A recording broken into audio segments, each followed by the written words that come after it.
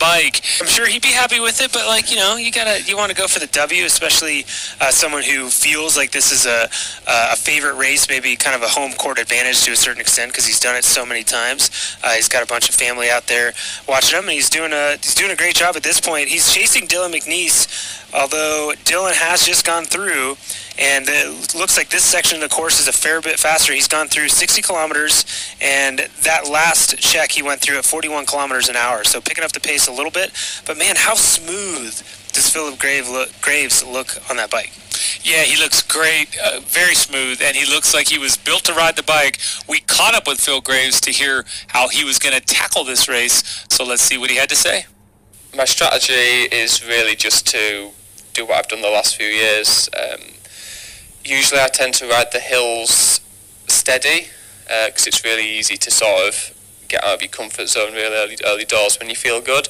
And I do a lot of time trials and stuff, and I work on my position a lot, so now I'm really aerodynamic, so I tend to ride the fast stuff really, really fast, and then the slow stuff really, really slow, and then it gives me more of like a level like wattage, and then on the run it's just about gritting your teeth and bearing it and trying to work up to the top of that hill every time. The first lap is usually alright, the second lap tends to be the worst, and then the third lap I tend to find my legs have come back around a bit, and then as soon as you've got to see the run as basically 35 kilometres to the top of the last hill, and then when you get to the top of the last hill you know that it's all downhill home, so that's the best way to look at it.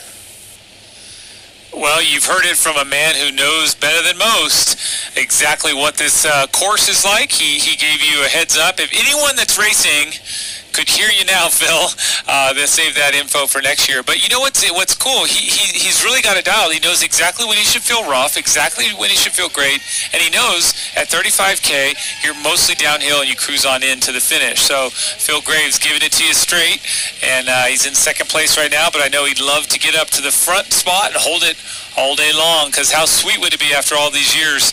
10 years ago he took his one and only Ironman win. Take the second win now in 2019, and after 3 second places, I think he'd be super happy. Yeah, I think he would as well, but he's got his work cut out for him because Dylan McNeese is not giving time back. Those guys, Philip Graves and Romain Guillaume, have gone through that second split at 60 kilometers at 3:44 and 3:46 back. So they haven't lost a lot of time. I think it was another 15 seconds, but they're not bringing back Dylan.